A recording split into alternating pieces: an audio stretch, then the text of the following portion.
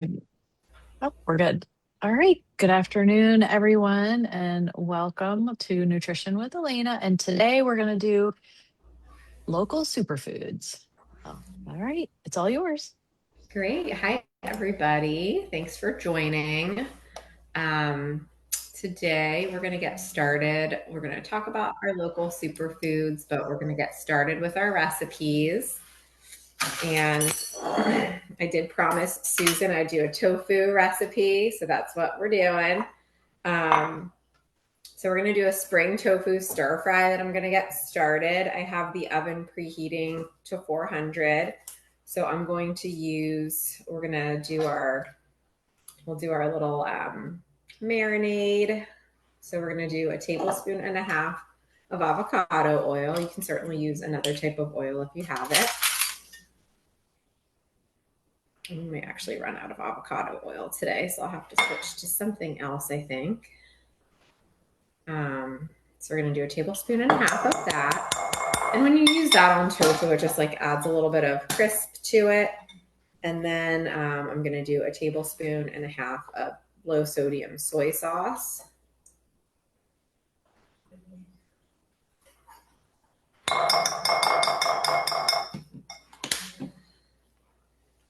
Great. And then we're going to just do a half teaspoon of maple syrup just to give it a little bit of sweetness. We have lots of people coming in. It's great.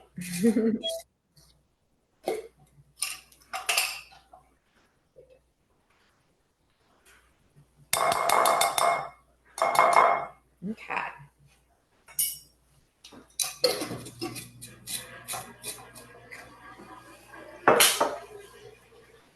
So we're just going to give that a little whisk.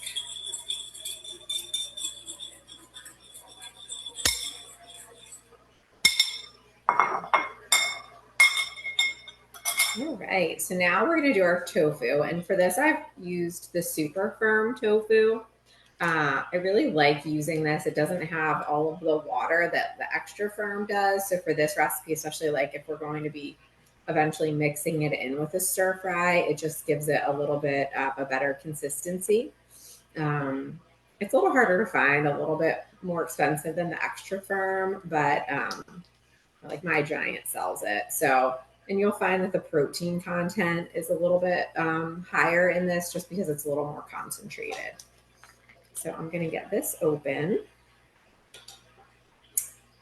And if you're using extra firm tofu, you're just going to want to press it, like wrap some towels around it, press it. I usually put it on a plate, wrap it, and then put another plate on top with maybe like a heavier pan to kind of push it down, just to pull out the excess water. Some people also will just freeze their tofu, like their extra firm tofu. And what that does is it pulls the water out and it kind of like freezes on top of it. And then you can kind of just pull the ice off. And that really does make it a nice texture too.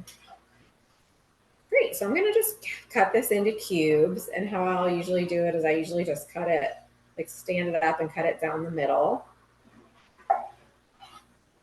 And then I'll typically do in half the long way and then cut that in half. So I'll have like 4 rows, and then I'll typically do 3 across like the short way. So you end up with a lot of nice kind of 1 inch by 1 inch kind of cubes.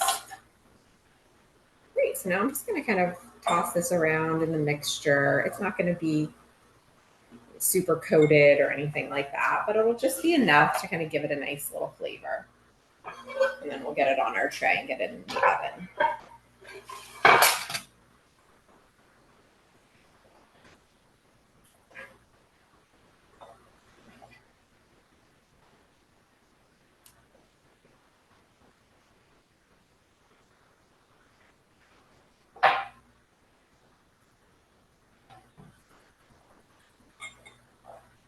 Keep waiting for the storms to come, but now the sun's coming out, so I guess that's a good thing. Got a little bit of rain, which we needed. Is it storming down there? Not It's yet, kind but of, it's building. Yeah. Yeah. yeah, I was gonna say the same as what you're On experiencing, its just when you way. think it's gonna rain, it doesn't. Right. And Got it's dark and was storming raining for a upstate. little bit, Yeah. but real quick. Okay. Yeah, a little earlier. And storming upstate New York. Oh, okay. Is that where you're at? That is. Nice. All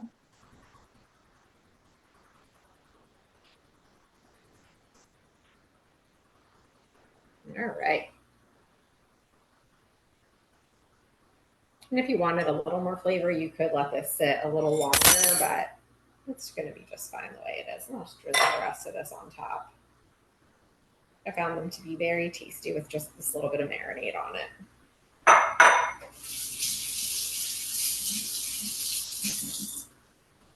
Okay, so we're going to throw that in for 15 minutes, and then we're going to go, I'll flip them and then cook them on the other side for 15. If you have an air fryer, you could just throw them in just like this, and it'll be pretty quick.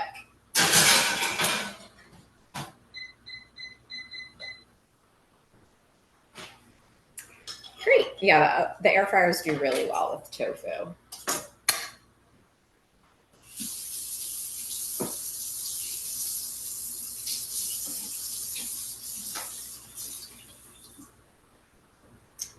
All right, perfect. So now we'll get started with that stir fry portion, and then while that's cooking, we'll start our talk and then kind of transition to like finishing it and the other recipe.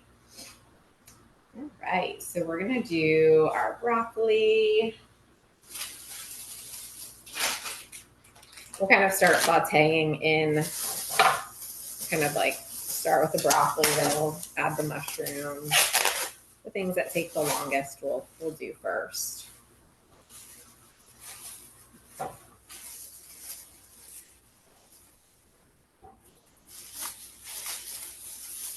So we're choosing some of the kind of more, I guess, outside of the broccoli, the more June types of vegetables. So you'll notice that we're going to put the snap peas in.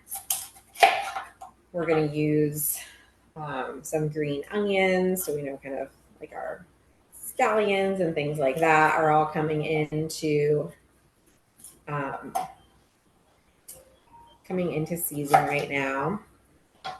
And then we also have our, we said the snap peas, and then the chard, which we'll add at the end. So greens, still kind of doing some of the greens, although pretty soon it'll be, they'll be kind of going away till the cooler weather again. And the mushrooms. So I love to use mushrooms all year long. They're always local in Pennsylvania, mushrooms, because we grow them all year long and closer to you guys, right? The Avondale area, Kennett Square. All right, so we have our broccoli. So we're going to get our pan heated up. And we're just going to add some avocado oil in here. We'll do a tablespoon of avocado oil, or like if you have a different type of oil you want to use.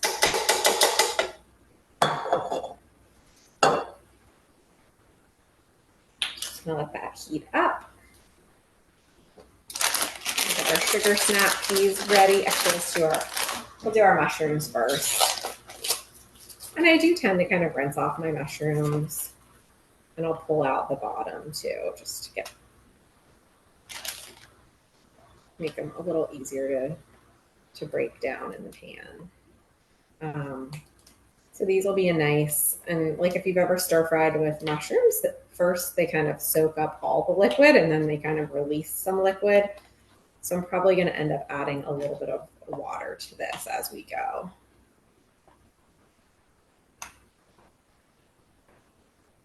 If you want a little bit more flavor, you could even add a little bit of broth to it.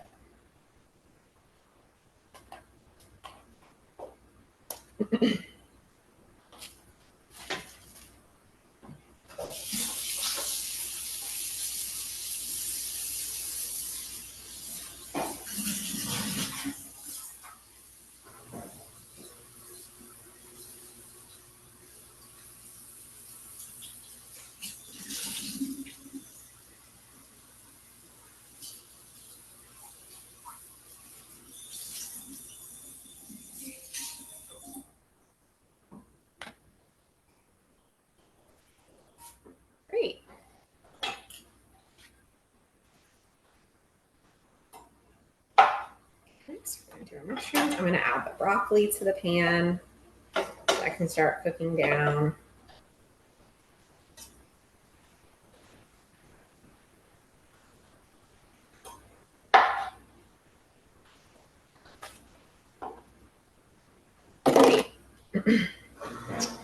I'll get these in next. You can mix and match, if there's things in here that I'm adding that you don't like, you can, add in other things. Asparagus is a really nice option for this as well.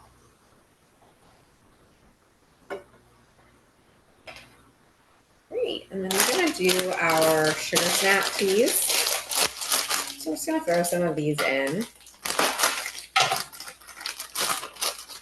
So I'm gonna throw them in a little more towards the end. I'm gonna just take some of the edges off and the strings off of them real quick.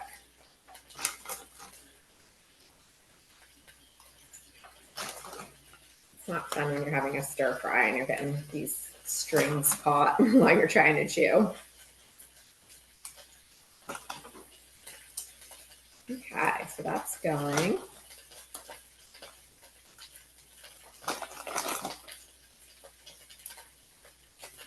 And then we're going to do our green onions. Let's get them prepped so we'll be able to add them once this cooks for a little while.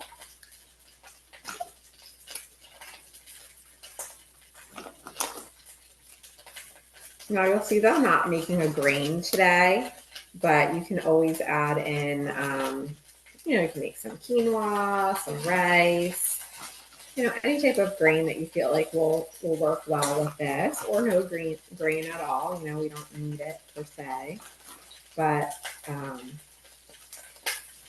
yeah, this is a great quick little dinner. And if you ever do like a farm stand or a CSA, I always find that making a stir fry is a great way to just kind of utilize some of that produce that you're getting. If you have things that you don't know what you want to do with, doing a stir fry with it is great. Maybe you pick some veggies that you're going to roast, some that you're going to have a salad with, and some that you're going to maybe make a stir fry with. And then you have a couple different, options prepped during the week for your veggies.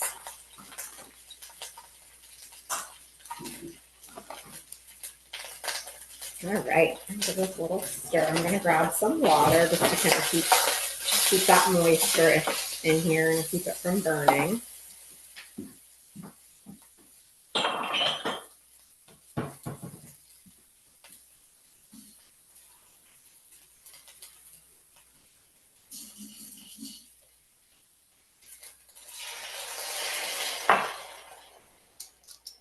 The green onions are really fresh and nice addition to this.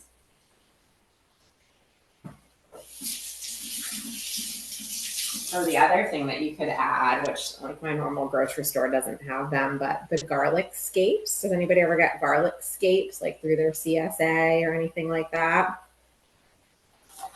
Yes. Yeah. I never know what to do with them. Yeah, they're really nice in a stir fry. Just kind of chop them like I'm doing the green onion and just like throw them in with your stir fry.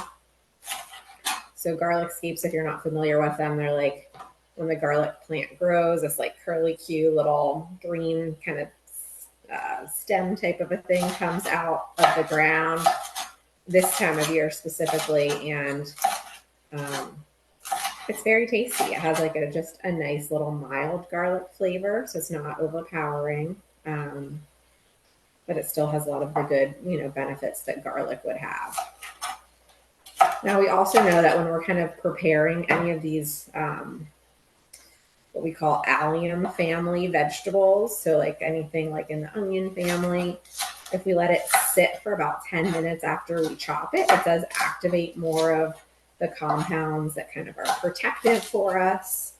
So, I know we've talked before about doing that with garlic. You could also do it with onions. So anything in that what we call allium family. We had a question in the chat. I'm sorry I didn't see it sooner. Is avocado oil better than olive oil health-wise or taste-wise? So it just has a higher, what we call smoke point. So the temperature at which your food, if you're sauteing it, starts to smoke. Your oil starts to smoke. So for something like this, because it is getting a little hotter, it's a good option. Now for my marinade, that would have been fine to just use olive oil on that.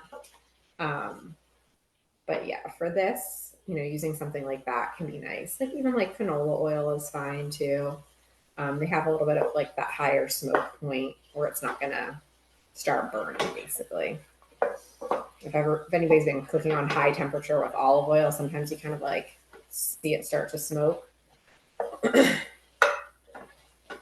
if you're cooking at a low temperature, like a lower saute, it's fine. Great. Right. So let's do our, I'm going to put my snap peas in here next.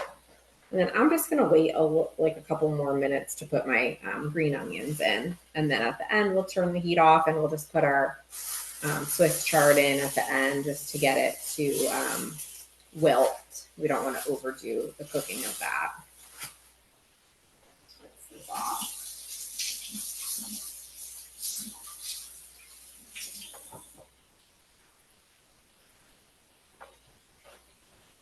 Great. We have this is going to be such a pretty green stir fry.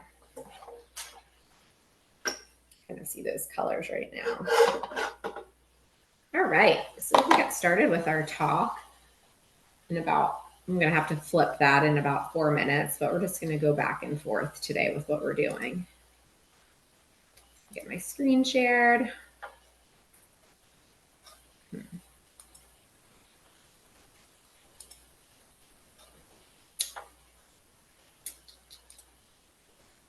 Superfoods, here we go. Great, and I apologize. That's kind of a little bit of a different view. My other computer wasn't working. But this time of year, we're obviously focused on enjoying summer's bounty, right?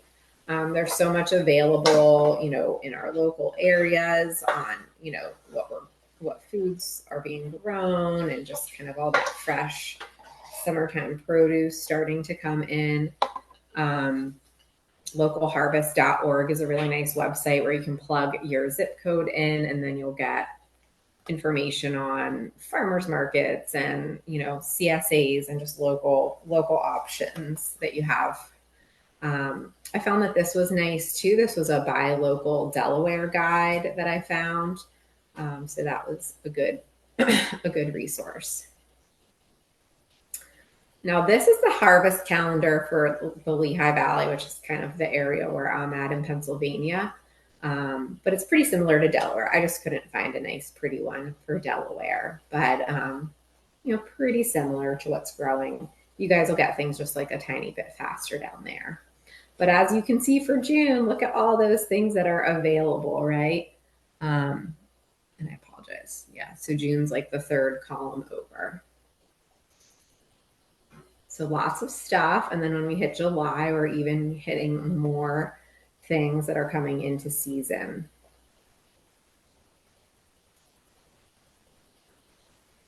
So when we talk about superfoods, right? Like, that's kind of like can be a little bit of a weird term because we know all fruits and veggies and plant foods have so many good benefits for our health. But, our local foods really are superfoods because we are picking them and eating them at their peak ripeness, either minutes or miles from where they were pulled from the soil.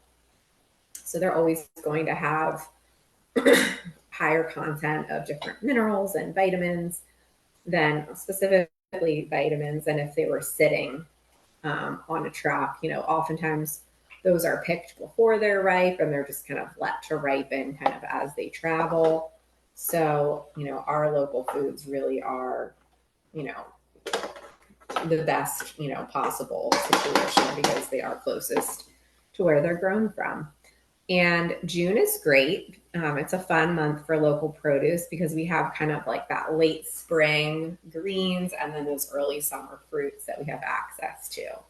So it's like a nice combination of different foods.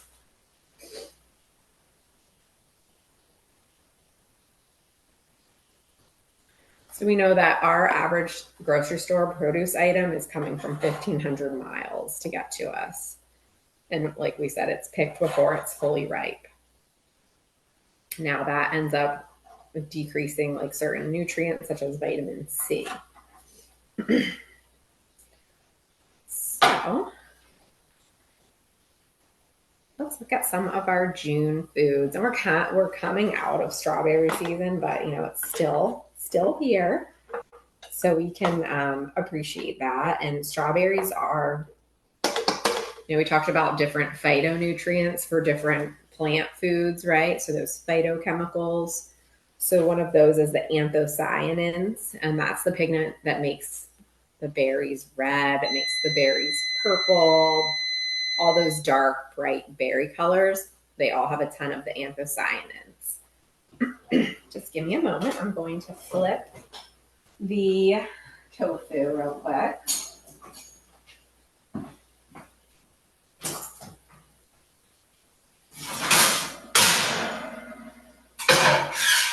Looks good.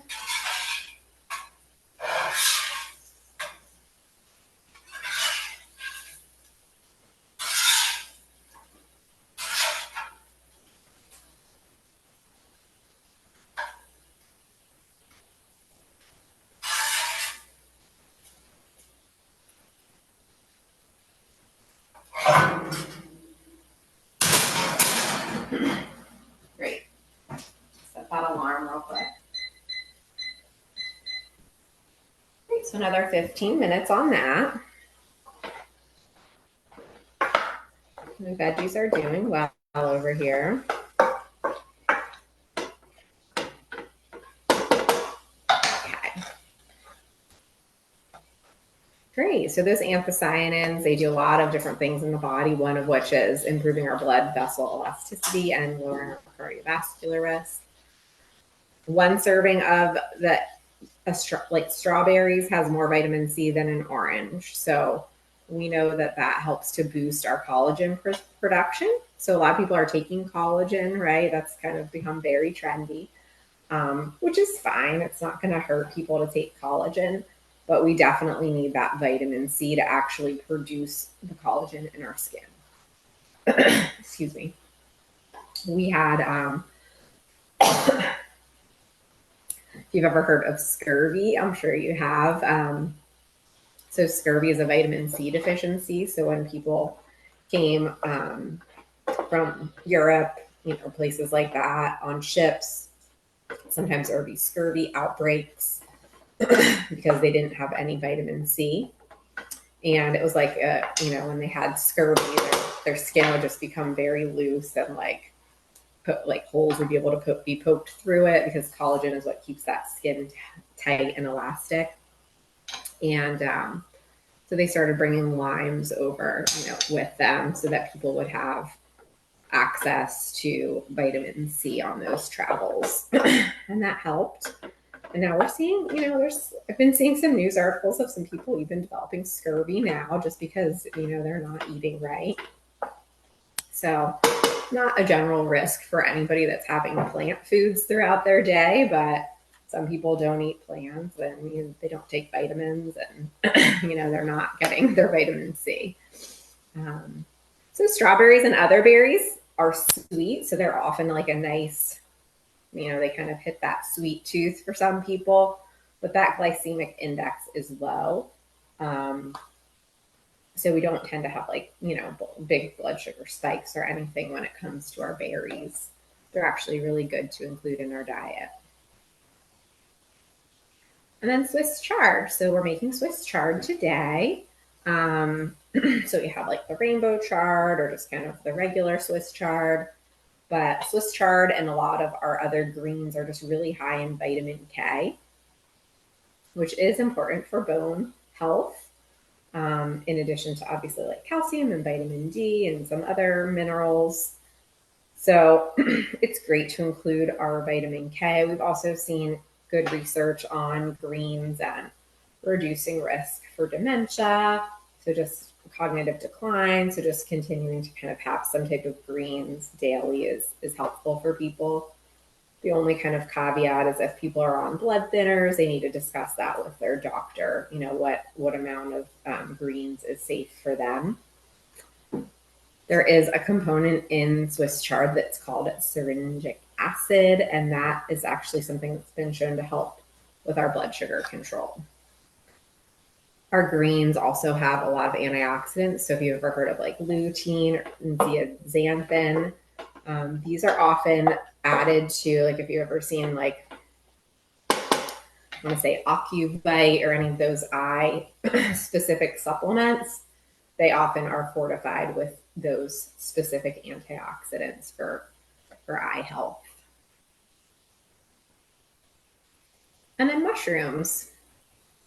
So we have, obviously, we're like very close to the mushroom capital of, I guess, the world, country, whatever. But mushrooms are great. They're easy to use. They're nice, like add a nice texture to meals, I think, especially like a stir fry. And they specifically have something called beta glucans. And that is actually, those are like prebiotics. So we've talked about those before. They help with our immune function.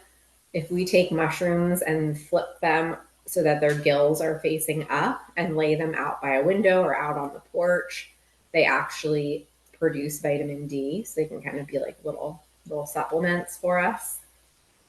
They also have a specific antioxidant that helps our brain cells from aging. So they're great. And sometimes we just need some ideas on what to do with them, right? Just because we're not used to cooking with them, we're not always thinking about them. So this to me is a great way. I've been adding mushrooms onto like my roasted vegetable trays and everything, and that's been a really nice flavor profile too. And then we have our allium vegetables. So this is a picture of garlic scapes, like we said. So the little swirlies. So that specific compound, which is one is called allicin. They're a specific type of phytochemical that help with our detoxification in the body and doing a lot of great things to kind of reduce the harmful things that cause damage in our bodies. And that's actually what works. If we cut it up and let it sit for 10 minutes, that is activated at a higher rate at that point. So, if that's something you have time to do, it's a great thing to add into your routine. We know that the allium vegetables naturally relax our blood vessels. So these, I just have up top of the garlic scapes, spring onions, and chives. Those are what's kind of in season right now. But there's many more allium vegetables, right? So our onions kind of come like later in the season, leeks, things like that. We also see that the allium vegetables have a lot of what we call inulin. So that's actually a prebiotic fiber, which is really good for our gut bacteria. So an awesome thing to include. I feel like we don't always think like onions and think fiber, right? It's not necessarily something that we think is high in fiber, but it's specifically good for the prebiotic fiber, which is what we're always kind of looking to add in to help with that gut health. It also has quercetin, so that's an antioxidant that helps to calm inflammation. Sometimes people take like a quercetin supplement for their allergies. It's also found in apples, just if you're interested in learning more about that specific phytochemical. And then obviously, like this time of year, getting outdoors is great. So with our superfoods, we have some different benefits with getting outdoors. And cooking and eating outdoors can be fun, right? And we can experiment with that in different ways.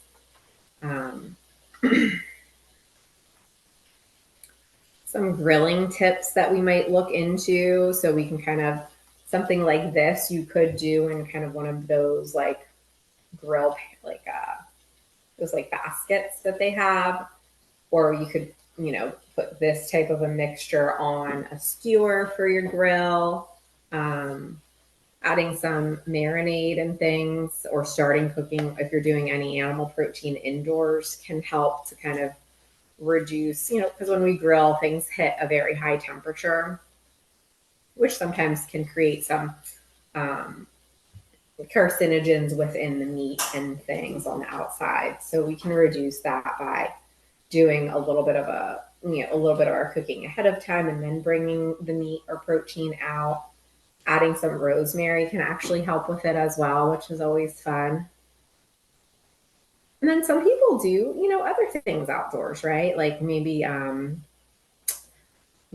boil of some sort, things like that. If you don't want to heat up your kitchen too much. I don't know how many of us are making soup when it's hot out outdoors, but it's always an option. And I just like to throw this in this time of year. So when we're at picnics and other outdoor events, just some things to kind of keep in mind, like washing our produce well, keeping our picnic foods out of that temperature danger zone, and then washing our hands well. I feel like people get annoyed with me at picnics. I tell them the food's been out too long. But, people get sick at picnics because stuff just sits out in the heat. And then as far as grilling safety, avoiding cross-contamination, marinating safely, if pre-cooking, grill right after, and keeping food hot. And this is just a little internal temperature chart. So some quick and easy ways to eat well in the summer, having some things prepped in our fridge. So we might have some stuff for salads, some things for like a bowl or a stir fry, maybe some roasted or grilled vegetables. And then we might have some things that we already have prepped in the freezer, like maybe we've made up some smoothie packs. So maybe like everything that would go into one of your smoothies, put it in a bag and keep it in the freezer. And you can just grab it and add your liquid. Frozen leftovers. So if you've made a lot of something, freezing your portions and throwing it in the freezer. Grains can freeze really well. And those, that works nicely if you kind of just take some grain, if you have something like this and you just need a little bit of quinoa or a little bit of rice. And then cooked and frozen beans also are really nice. And then some things that we might have in our pantry, right? So some beans, nuts and seeds, shelf-stable grains, obviously, stuffed grape leaves are always something to bring. If you need to bring something quick to a dinner or a party, like, people generally like those and don't generally have them on hand. So it's kind of a fun little treat to bring. Canned seafood, something else to have on hand for good meals. And then some good recipe resources. This paeats.org is actually a really nice website for some local produce options. Great. So I have that. All right. So you can see me now, right? Okay. Yes. Great. All right. So this cooked. So now what I'm going to do is I'm going to add our soy sauce to this.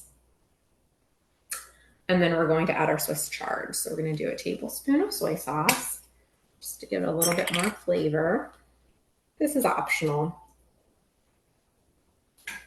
All right. I apologize. We had another chat question that I'm a little slow Oh, no, on. I apologize. Is there a recommended place if you're unable to go to a farm stand, like a grocery or market with the best produce? Yeah, I mean, there's certainly we still have good access to good produce no matter like where you go. And sometimes you can find like the local stuff at the grocery stores too. And it'll usually say on the thing where it's from, on their, whatever. Giant usually has a little sign, or, yeah. So, I mean, it's not something you have to do. It's just like, this time of year it can be fun, but you can certainly get great produce really anywhere this time of year. Yeah. So I'm just going to rip my chard into this now. And you can use any greens that you have access to. Kale, collard greens, spinach, whatever you like. Sometimes with CSAs, you might end up with something like, or, if you go to a farmer's market, you might end up with something like bok choy or some of the bitter greens, like, maybe like an escarole. I know we talked about bitter greens last week, I think, or not last month, maybe. So yeah, just kind of playing around with different flavors, and it can be kind of an easy, like accessible way to include greens. You're not facing a whole bowl of Swiss chard that you're going to eat. It's just kind of mixed throughout.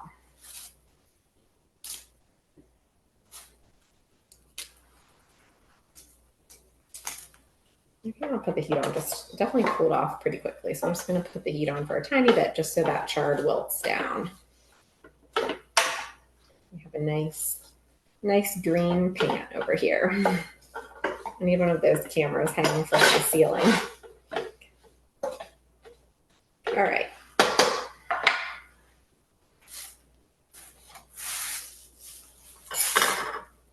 Great. Any questions on that? Okay.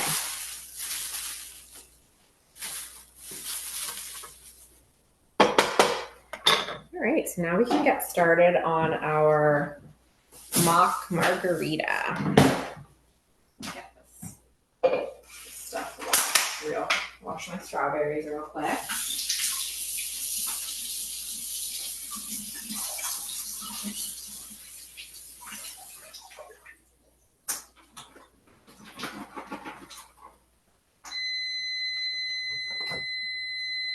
And that is my tofu beeping. Let me grab that real quick.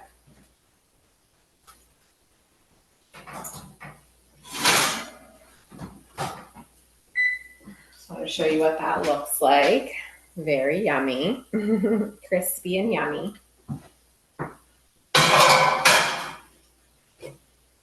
And then you could mix that into here, or you could, add it into, you can just have it separate, whatever you prefer. I don't have a whole lot of space in here, so I'm probably just going to have mine separate and just eat it together.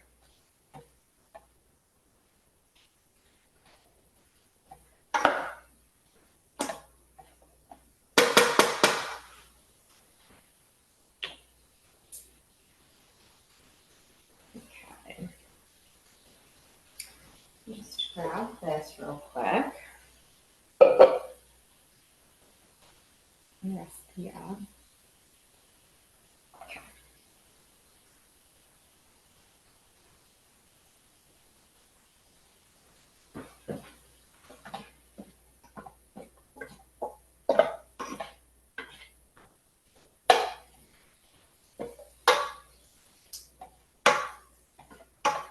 And I did get all of my stuff at the Giant today, just for the record. You do what works best for you. Great.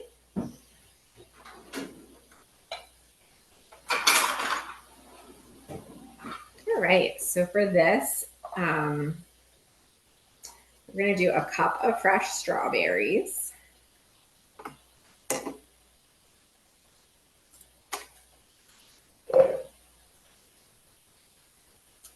And sometimes it's just fun to have, just a little flavor in your beverage, this time of year. It's hot out, you're outside a lot, just like for something different. I'm very big into the mocktails. And if you find some of the restaurants are doing a really nice job at mocktails now too. They have a lot of nice variety of different things. Some of them are a little higher, in sugar and might just make you feel like you drank a soda, but you can kind of have them make adjustments. You can always say, ask them to leave out the simple syrup or, whatever they're adding to it that would bring a lot more sugar into it.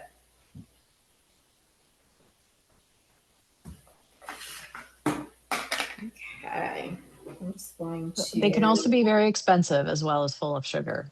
They can. Very true. They don't seem to give the discount for not having the alcohol in them.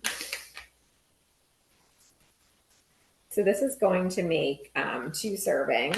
So yeah, definitely cheaper to do them at home, right? I'm doing the juice of 2 limes. So this is going to really give it that margarita type of a flavor.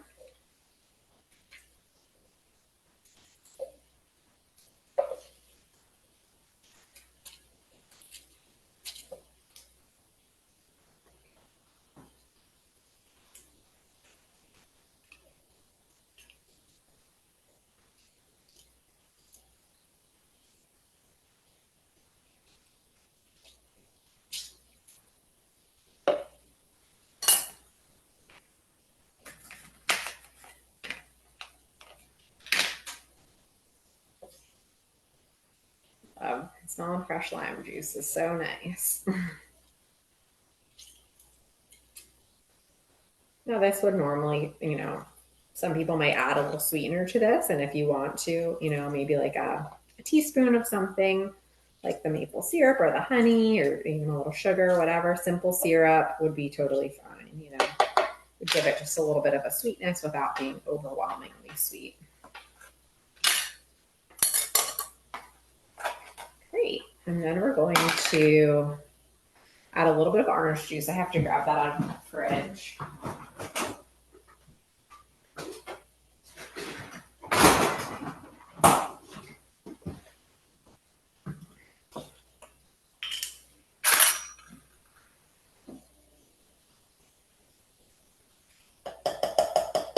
Just put a little bit in, that helps with the sweetness, but we don't want it to be overpowered by the orange juice.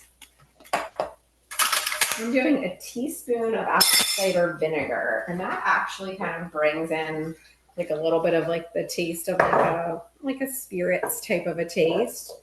It gives it that little bite. So we're gonna do a teaspoon of that.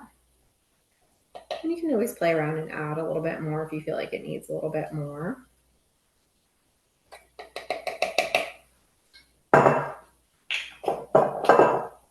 And then you can even do a little bit of a salt rim on your glass. I'm just going to put a little of the coarse salt down here. I'll just use my lime on the edge.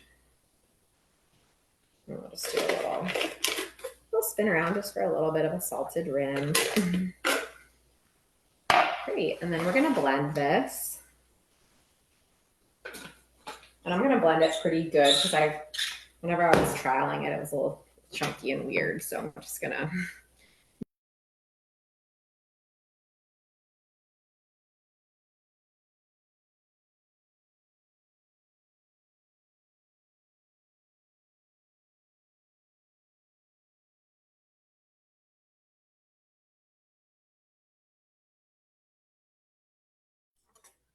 Great. And then we can even go ahead and strain it just to like kind of get some more of the junk out of it.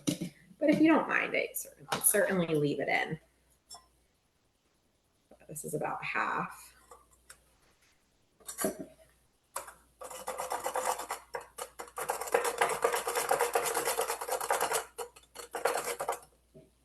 is like a pureed strawberry mixture.